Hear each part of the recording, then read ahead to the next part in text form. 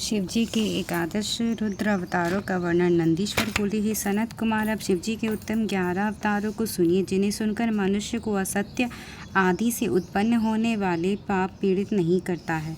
पूर्व काल की बात है, दैत्यों से पराजित होकर इंद्र आदि देवता भय से अपनी अमरावतीपुरी छोड़कर भाग गए थे। दैत्यों से पीड़ित वे देवता कश्यप के समीप गए थे। अत्यंत विनम्रता के साथ हाथ जोड़कर व्याकुल चित्र हो उन्हें प्रणाम किया। भली भांति उनकी स्तुति करके सभी देवता आदरपूर्वक प्रार्थना कर अपने पराजय जन्य दुख को निवेदन किया। हे तात, उसके बाद शिव से आसक्त मन वाले उसके पिता कश्यप देवताओं का दुख सुनकर कुछ दुखी तो हुए, पर अधिक नहीं, क्योंकि उनकी बुद्धि शिव में निरत थी। हे मुने, शांत बुद्धि वाले उन मुनि ने देवताओं को आश्वस्त करके तथा धैर्य धारण करके अत्यंत प्रसन्नता पूर्वक विश्वेश्वरपुरी काशी की ओर प्रस्थान किया। वहां गंगा के जल में स्नान करके श्रद्धा से नित्य क्रिया कर उन्होंने पार्वती सहित सर्वेश्वर प्रभु विश्वेश्वर का पूजन किया और देवगणों के कल्याण की कामना से शिव की प्रसन्नता हेतु श्रद्धा युक्त हो लिंग की स्थापना कर कठोर तप करने लगे।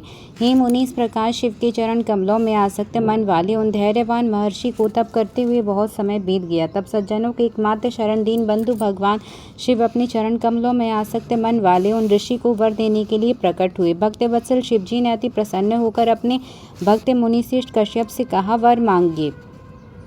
उन महेश्वर की ओर देखकर देवगण के पिता कश्यप ने हर्षित हो उन्हें प्रणाम किया और हाथ जोड़कर प्रसन्नचित होकर उनकी स्तुति की। कश्यप जी बोले, हे देव, हे महेशान, हे शरणागत वत्सल, आप सर्वेश्वर परमात्मा ध्यानगम्य, अद्वितीय और अविनाशी हैं। महेश्वर, आप बलवानों का निग्रह करने वाले, सज्जनों को शरण देने वाले, दीन बंधु, दया सागर एवं भक्तों की रक्षा करने में दक्ष बुद्धि वाले हैं। ये सभी देवता आपके हैं और विशेष रूप से आपके भक्त हैं। प्रभु, इस समय ये दैत्यों से पराजित हो गए हैं, अतः आप इन दुखियों की रक्षा कीजिए।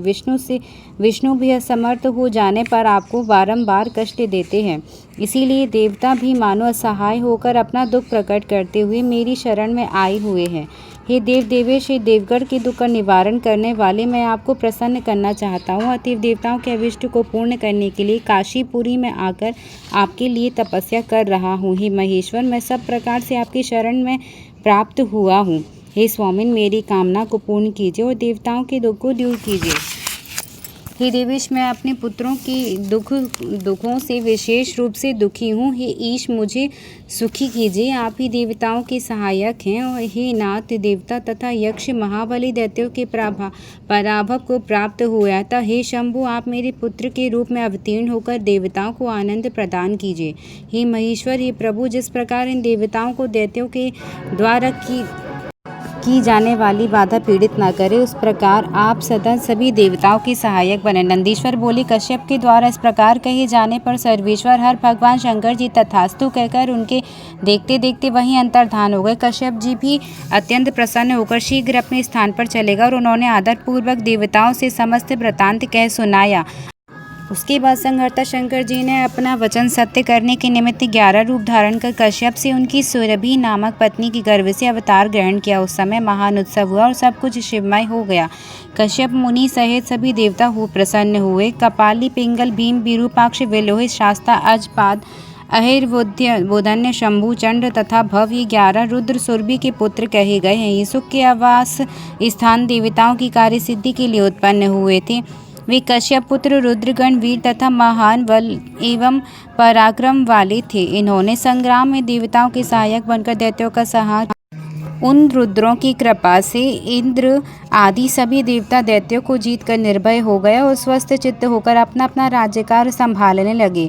आज भी शिव स्वरूप वे सभी महारुद्र देवताओं की रक्षा के लिए सदा स्वर्ग में विराजमान हैं। भक्त वत्सल एवं नाना प्रकार की लीला करने में निपुण वे सब ईशानपुरी में निवास करते हैं तथा वहाँ सदा रमण करते हैं। उनके अगोचर करोड़ों रुद्र कहे गए हैं, जो तीनों लोकों में विभक्त होकर चारों ओर सर्वत्र स्थित हैं। हे तात, इस प्रकार मैंने आपसे शंकर जी के अवतारों का वर्णन किया। ये एकादश रुद्र सबको सुख प्रदान करने वाले हैं। आख्यान निर्मल, सभी पापों को दूर करने वाला, धन तथा यश प्रदान करने वाला, आयु की वृद्धि करने वाला तथा संपूर्ण मनोरथों को पूर्ण करने वाला। हे तात, जो सावधान होकर इसको सुनता अथवा सुनाता है, वह इस श्लोक में सब प्रकार का सुख भोगकर अंत में मुक्ति को प्राप्त करता है। जय जय श्री शिव महापुराणे। हर हर महादेव, हर हर महादेव, हर हर महादेव।